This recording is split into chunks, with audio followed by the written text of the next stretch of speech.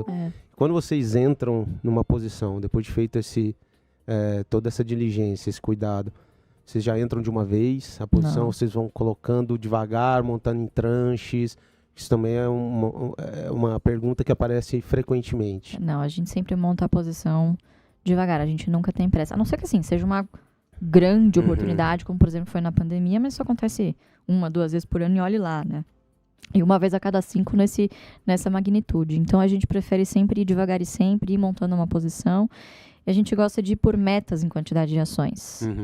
Então, sei lá, eu quero chegar a 0,1% do capital, e quantas ações é isso, tal, e vai acumulando ao longo do tempo. Vai dividindo no tempo, isso. Até para e vai usando o fluxo de dividendos também, né? Porque não são todos os meses que caem dividendos.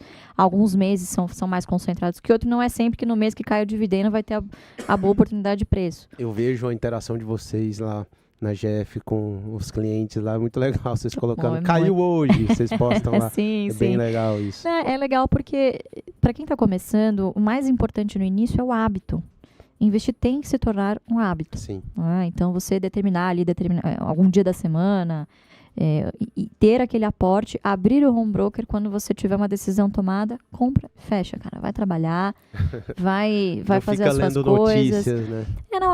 É até bom você se manter informado, mas o seu comportamento como investidor, ele vai ditar muito mais o seu resultado do que as próprias cotações. Então, quanto mais você cultuar, né, meu pai sempre fala, né, sobre cultuar o ego, o patrimônio ele cultua o ego, e de fato, todo mundo fica feliz quando algum investimento sobe. Mas no frigir dos ovos, o que vai pagar os seus boletos é a renda que esse patrimônio vai gerar. Inevitavelmente, para você gerar renda de qualquer tipo de portfólio, você precisa de, como eu disse no início, tempo. Né? Então, isso demora um certo tempo para começar. Para quem está começando pequeno, a gente já rodou assim, vários estudos, mas em média, né, nesse tipo de empresa que a gente costuma investir, entre 6 e 7 anos, você já consegue, em dividendos, em média por mês, o equivalente ao que você aporta. E daí para frente, pensa só, você praticamente está dobrando o seu poder de aporte. Quer dizer, metade você tira do seu bolso, metade a sua carteira já te dá para você reinvestir. Até chegar a determinado momento que você não precisa nem mais tirar do seu bolso para que esse investimento continue crescendo, né? E aí lá na frente você começa a retirar os dividendos. Acho que esse é um ponto bem interessante de discussão, né? O investidor brasileiro, o próprio brasileiro em si, ele é muito curto prazista, né? Esses tempos eu fiz uma enquete perguntando o que é longo prazo para você. Tinha gente falando um dia. A gente falou sobre isso aqui na TC Rádio, lembra? Falamos. Você explicou que era longo prazo? Quando Fez você até um disse corte. que 1 ano não era longo prazo, Não é longo o pessoal prazo. falou, não? Como assim? Eu achei que eu tava aqui no longuíssimo prazo há 8 meses posicionado. Já achando que ia desinvestir, né? Mas você sabe que em termos de probabilidade, né, tem alguns estudos sobre isso também famosos no mercado. Esse aqui, estou falando do valor Pro do ano passado, salvo engano. A probabilidade de você ganhar ou perder dinheiro na bolsa em 3 meses, 6 meses ou 1 ano é praticamente a mesma. Isso começa a mudar de probabilidade a partir de 3 anos. E aí isso, né, obviamente vai progressivamente. 5 anos tem uma outra grande mudança de patamar, até que em 20 anos investindo, a chance de você ganhar dinheiro no mercado é de 99%. 99% é uma boa estatística, né? E ninguém espera em 20 anos não estar mais aqui, né? Então... E os 20 anos vão passar, você investindo ou não. Então é melhor que você faça investindo. Passa, eu tô há 17 anos no mercado. A pandemia já vai completar 3 anos. Ô Luiz, e tem muita gente aqui dos nossos clientes, da audiência da rádio, que investe, fala muito que está investindo pensando no filho, que está investindo pensando na família. Maravilha. Então, muitas vezes, o objetivo é para outras pessoas pra outra geração. O nosso cliente aqui ama, gosta, quer oferecer um conforto, né, na vida dessa pessoa. Então, realmente, esse tipo de racional faz todo sentido para esse estilo de investidor, né? Totalmente, até para pessoas que já estão em uma fase mais madura da vida, né?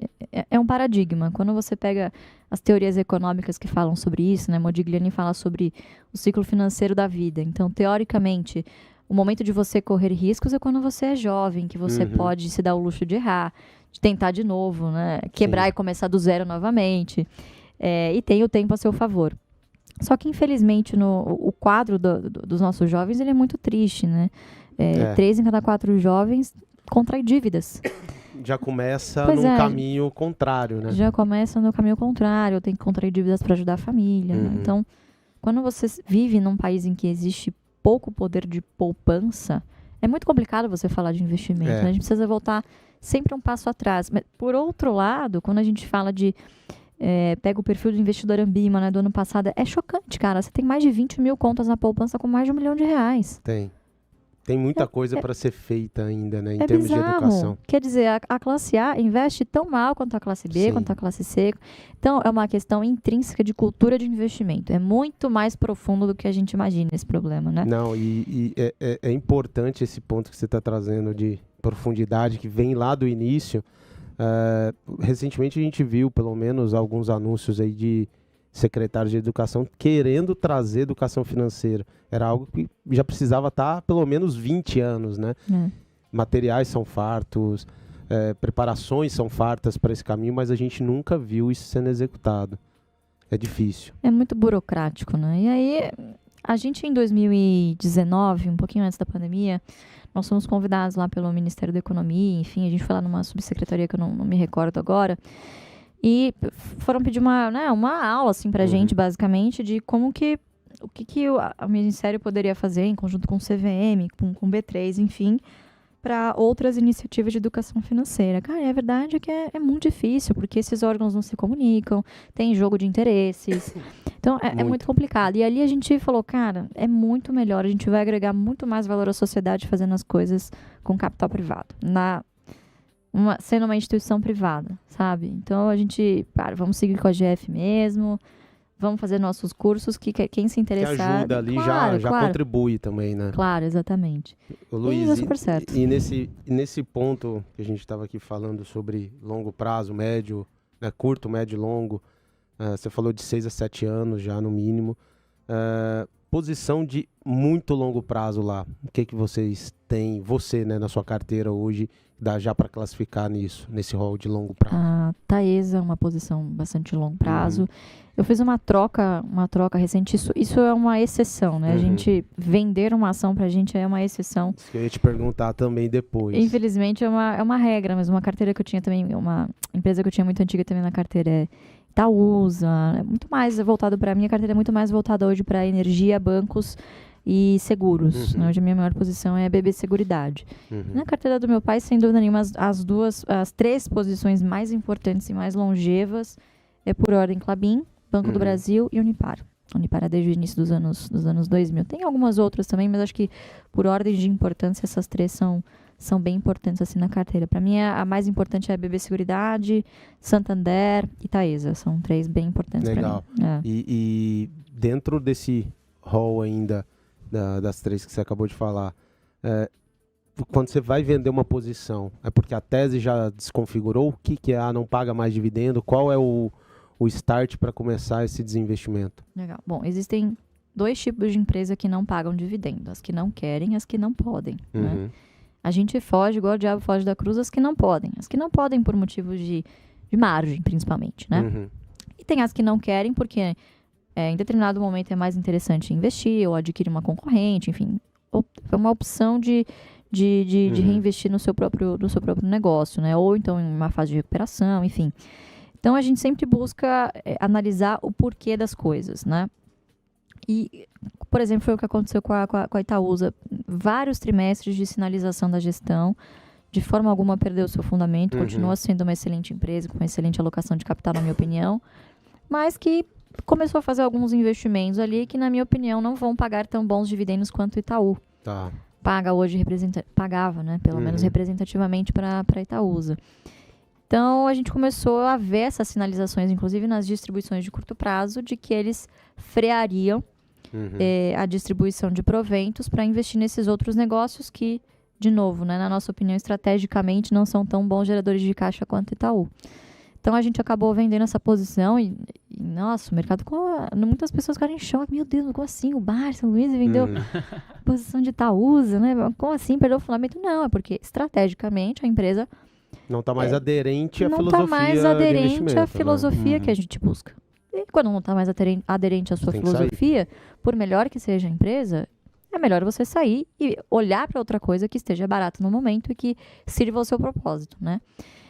Outra hipótese também é perda de fundamento, que é algo difícil de você identificar no curto prazo, né? Enquanto você está vivendo a perda de fundamento, muitas vezes você não enxerga. Então, às vezes demora um pouco, aí você começa a ver deterioração de preço, deterioração dos números, algumas decisões estratégicas meio duvidosas. Então, foi o que aconteceu. O que mais tem, né? O que mais tem. Foi o que aconteceu com a gente lá atrás com o Ultrapar. É um case, pelo menos antigamente era bom, né? Cara, era top. De novo, assim, era a Magalu, sabe? Bem de antigamente. Eu lembro que meu pai começou com essa carteira pra mim com Ultrapar. A minha carteira de 14 anos, de 2008, ele começou pra mim com Ultrapar. Então, era um papel que eu tinha um carinho, vamos dizer assim, né? Primeira ação, enfim.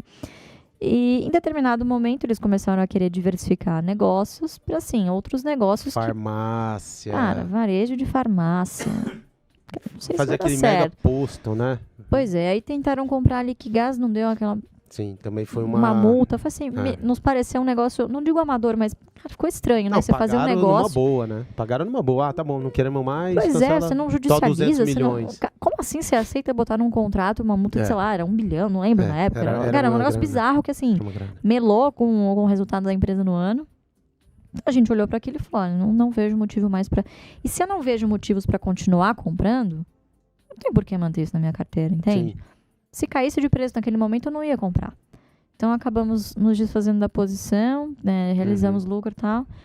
E demorou 1 ou 2 anos para o negócio começar a degringolar de fato, né? Então, você precisa ter muita confiança no que você está fazendo e ter uma estratégia fundamental.